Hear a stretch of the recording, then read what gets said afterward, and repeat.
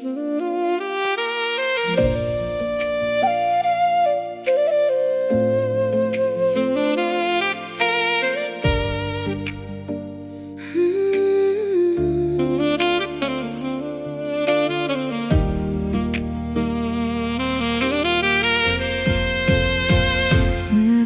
พเจ้าเห็นพระองค์ใจข้าพเจ้าก็สั่นไหวล้มลงแทบพระบาทนั้น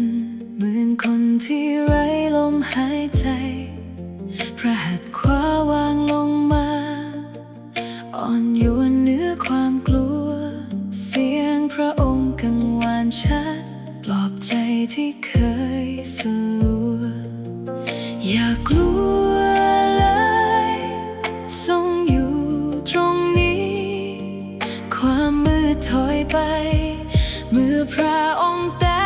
ชีวิตพระคริสต์ผู้ทรงพระชน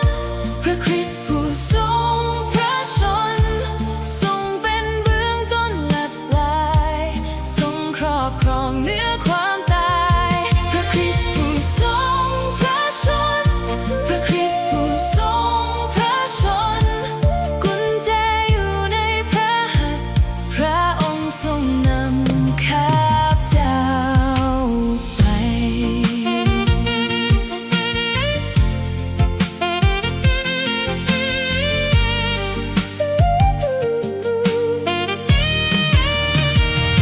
พระองค์ตรัสว่าทรงดำรงอยู่ตลอดไปเป็นนิจ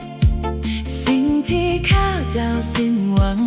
กลับมีชีวิตในสา